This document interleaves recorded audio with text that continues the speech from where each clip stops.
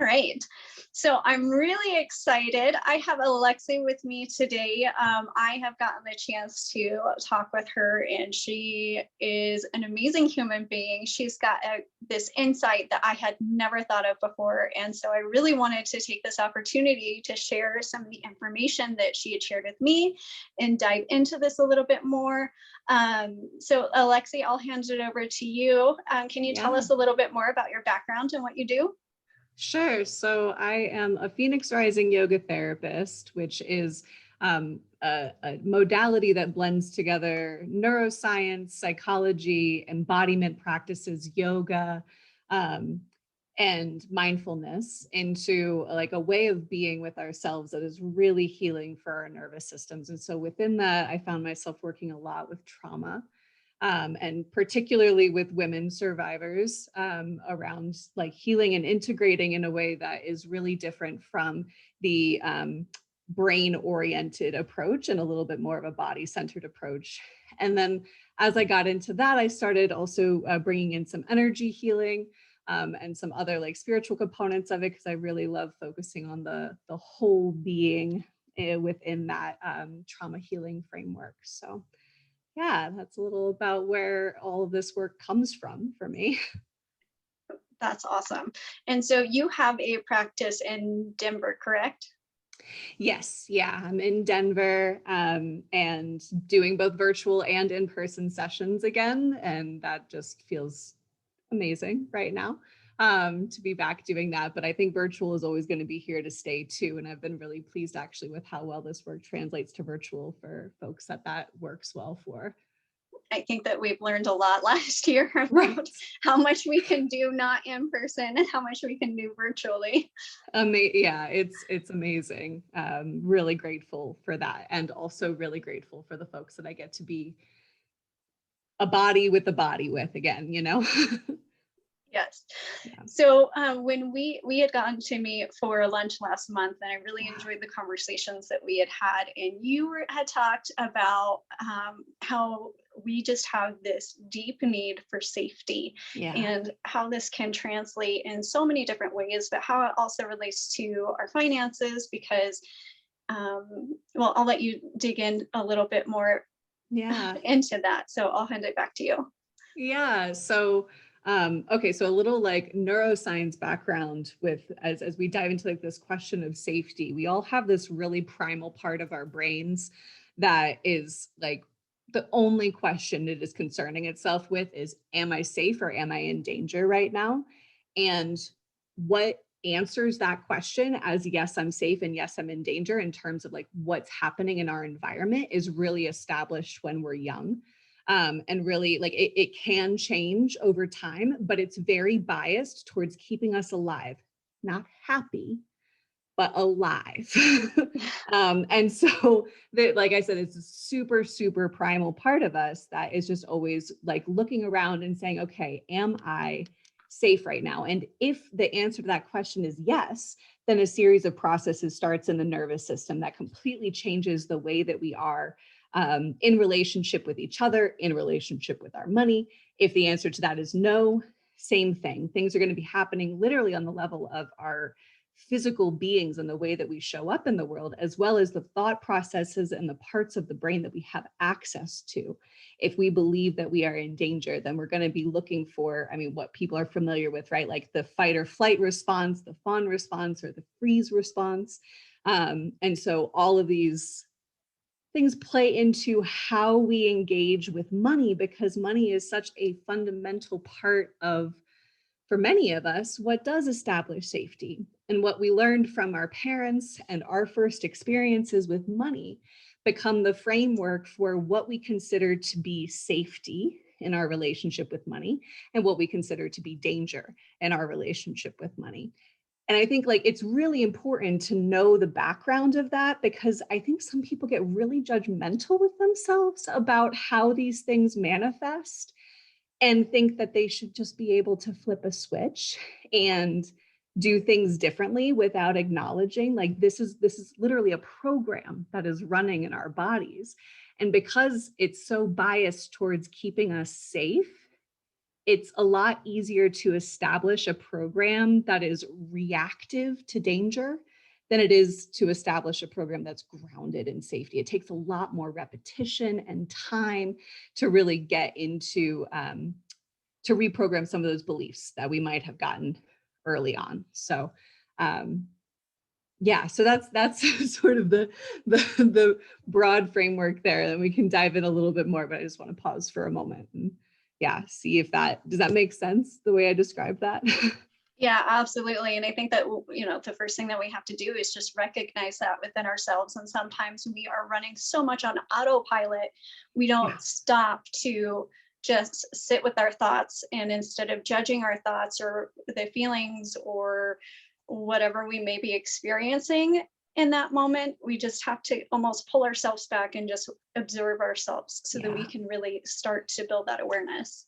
Yeah, totally. Because if we're not allowing ourselves to be the way that we are, it's really difficult actually to change anything because we're never going to be able to get the clarity that we need to. Um, and so that's where like embodiment and mindfulness practices can be so helpful, right? Because they help us to just be with what is, to practice acceptance and neutrality towards what's happening. And so, I mean, a little bit more about like how this might show up with money. And I would love your input on this too, because I know you've seen some patterns with folks, but like if there's a few different ways that we can feel safe in relationship with money. And like I said, this is very much so grounded in like our sort of formative relationships with money and the things that we saw when we were younger, you know. So for a lot of people, what feels safe with money is to have a lot of it and to not let it move anywhere, to stack it up and to just let it sit in the bank or wherever and don't touch it, you know, like Yeah. don't do anything with it, don't touch it. And that's what feels like safety. For other people, what feels like safety is, oh, I can spend money. I feel safe actually when money is moving, and it feels actually a little bit dangerous to have big numbers in the account because I don't really have a relationship with those larger numbers. So if money comes in, I need to also move it on out, you know. And then there's like a whole spectrum in between there, and like what we choose to invest our money in as it relates to safety. If we are more on the spending side of things, yeah, like there's a lot of degrees within that. But I think like it's just really important to acknowledge what it is for each one of us that is that sort of baseline communication of like, I'm safe, you know. And like I know for me, just to kind of dive into it a little bit, because why not? But like growing up, I was the only child of a single mother, who absolutely rocked it at taking care of me on her own and worked her way up working for the county. And so when I was really young, it was like we had just enough. But as I got older, we had more stability, we had more comfort. And with that, because it was this sense of like, oh, now we can do these things that we couldn't do before. It was very much like that sort of second category of like, because now we're safe, because now we have this foundation, we can spend money on things that maybe we didn't used to. And so that was the framework that I learned, you know. And that's not to say my mom wasn't great at saving, she totally was. She was very intentional about it, but because that was the way our money progressed, I definitely got that programming. And so then, yeah, like I just saw that happening in my 20s, where I was just like, anything that was above getting bills paid, like, well, that's spending money. Because, because to be able to spend that money was what my nervous system knew to mean we're safe, we're secure, we're happy, you know, like we can settle here, you know. Yeah. Yeah, and I think that there's, everybody is different, and we each come from our own experiences and our own backgrounds, and our stories really do intertwine with what our either parents had or the people that we grew up with, because they do shape some of those experiences and beliefs that we have. So, like my dad, for example, grew up in extreme poverty in a trailer park with a bunch of brothers and sisters with a single mom on food stamps. And so for him, safety was being able to be in control and having control of not only his money, but also he felt like he had almost that money worship type of belief where you feel like money can solve almost any problem. Yeah. And so that was the way that his experiences kind of shaped his relationship with money. So if we can start to recognize these things within ourselves and make sure that, they're not necessarily bad beliefs, but they also have to be in balance. And so when that played through for me, 5 years ago, I lost everything. My husband left me for somebody. I lost my apartment. I lost my car. Like, I had a job and I had my kids and that was it. And I had an amazing group of people around me, but it was traumatizing, not in a high degree, but enough to where it does kind of shift how I looked at money, where I felt like I need a lot of money in cash, because what if something happens? And so I had to recognize that I have a tendency to hoard my money, and that's not always the healthy thing for me to do. So recognizing that, and then realizing what does make me feel safe, and also separating that emotion from it a little bit, so I could start to work past it and make sure that I'm keeping things in balance. Yeah, absolutely. And I think that second piece of things, like, first there is the awareness, and then it's starting to work with ourselves in ways where we, like, because we don't want to shock our nervous systems. Like, this is a really important thing. I think a lot of times, like, I've seen people who recognize a pattern and want to just throw the whole thing out so fast, especially if it's rooted in emotionally charged trauma, because you just want to be rid of it. It's totally understandable. You just want to be rid of any vestige of that experience, but that can actually be really shocking to the nervous system too, because we have to remember, like, our nervous systems are used to operating this way. Our nervous systems are very primal. And if we just try to 100% change everything all at once, we're going to find ourselves back at square one, because we're not going to be able to sustain it. And so, like, that's where we can get into practices that help us to, like, take baby steps. And with those baby steps, to feel safe in our bodies as we're choosing to do something that maybe feels a little bit unsafe, to a part of our nervous system. And to acknowledge, like, when we're going to, if we're more on the hoarding side of thing, when we're going to make that new investment, what is a number that actually feels comfortable for your nervous system, where you see it and you're not immediately freaking out, and to bring some love around that, to really honor that, and to not try to push it too much too fast, but to still do it anyway, like, and for those of us on the flip side of things, like, how much is it that I can start to tuck away into savings or into investments, or, like, into the things that are going to grow wealth long term, that doesn't make my nervous system freak out and go, but we're not going to have enough to spend, like, and as we kind of do that, and then continuously come back to our bodies, honor what's happening there, let them move and process through what's happening there, then we can slowly do more and do more and do more. And then we have a really sustainable shift in it over the long term. Yeah. And I think that's so where we as a human species, we seem to like to be on an extreme side, one side or the other. So many times we try to just jump from one island to the next without building that bridge. And so if we can start to understand, it's okay to start small, and it's okay to take those little steps, and it's okay to love and accept yourself as you are, but understand that this is what you are working towards, and come from, shift that fear and that scarcity and the fear of loss and that control. And then wrapping that in an energy of love and acceptance towards ourselves, with the goal of taking us to the next level. Yeah, totally.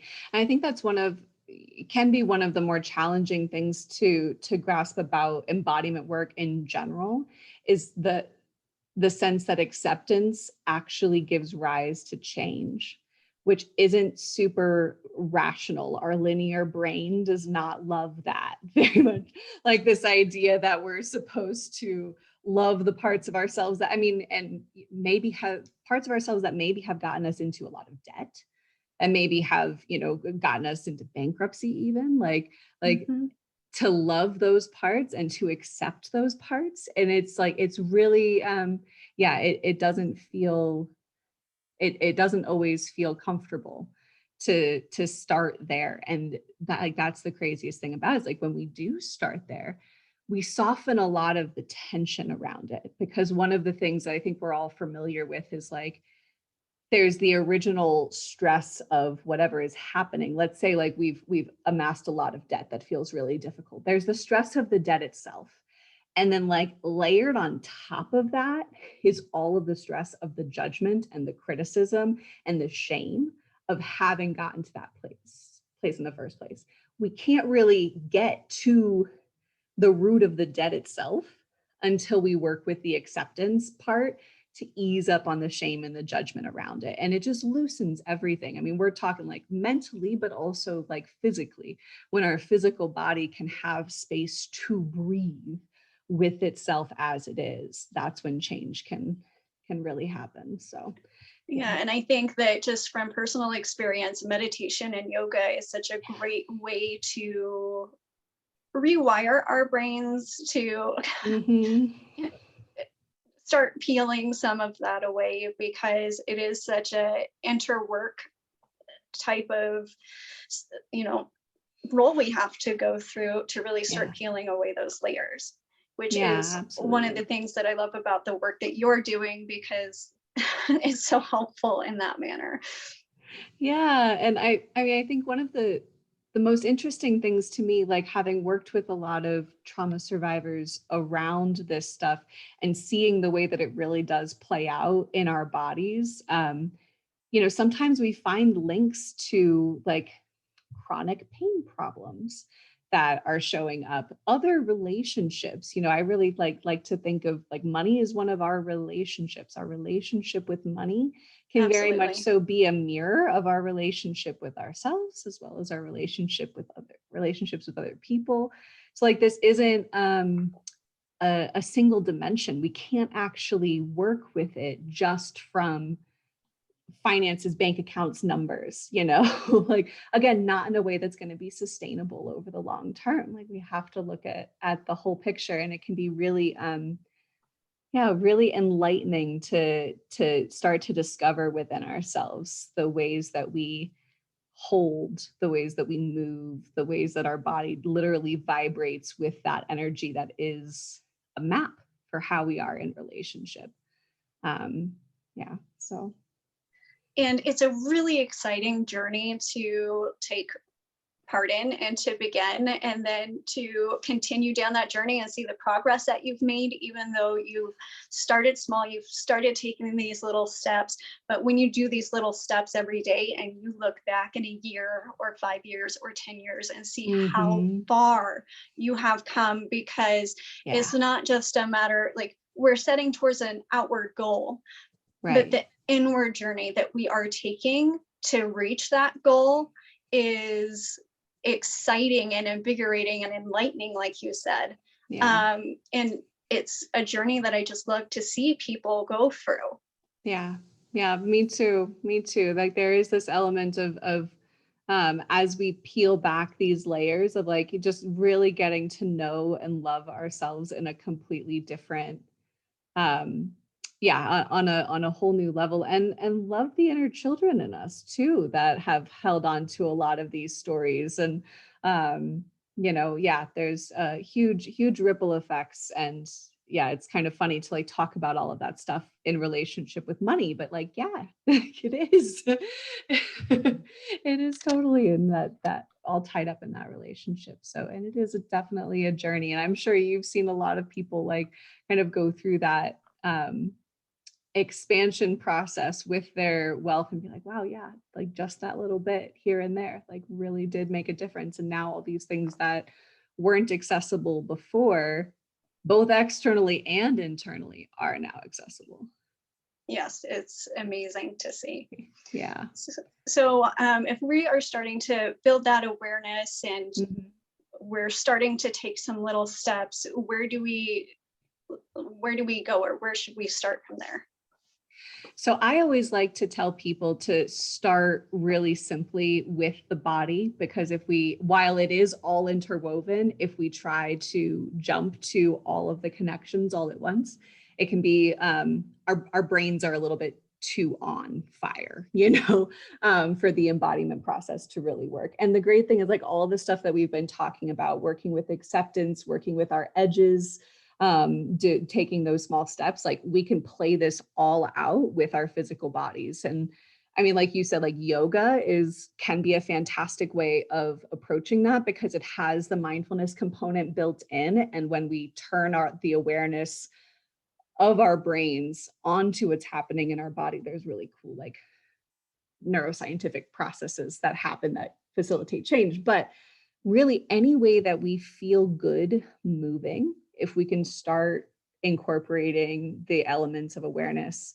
of breath, of acceptance into those movements, then we're going to start to uncover some of the patterns and start to see some of the things that are showing up, and some of the emotions that are being stored, and all of those things. So I just like to make that, like, kind of blanket statement of just, like, pure accessibility. Like, if you're a weightlifter, you can do this work while lifting weights. Maybe not while blasting the music that you usually blast and talking to your buddies at the gym and, like, all of that stuff. Like, it requires a shift of awareness and the way that we approach it. But whatever movement works for you, you can start to play with that. Bring awareness, bring breath, and bring acceptance to what's there right now. And encourage yourself. I mean, and we're familiar with this in the framework of exercise. So it actually kind of works well, where, like, you make these little incremental changes, right?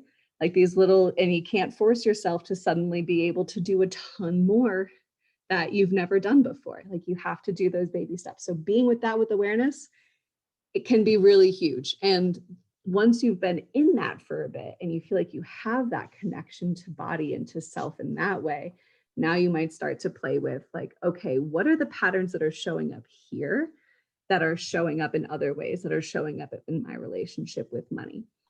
So it can be that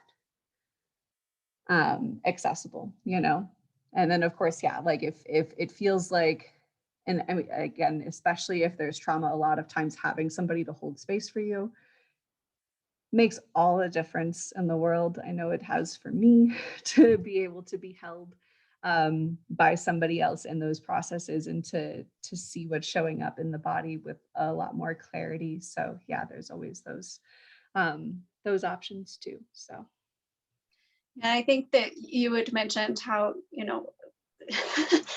the universe seems to bring us the lessons that we need to learn until we learn those lessons. So if you see those patterns in our relationships or in our finances or in our body, and you see the same thing, just kind of same stuff keep happening in different ways, different people, we need to, that's a signal that we've got to dig a little bit deeper into that, because there's something within that we have to learn so we can move on to that next step. And I think that sometimes we almost accept the pattern and we don't stop to take a deeper look at it, to realize this isn't what life has in store for you.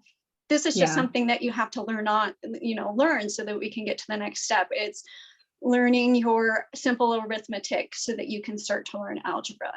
Yeah, exactly. And I think, like, bringing some love even into that awareness that sometimes the patterns that we've gotten ourselves into are really comfortable.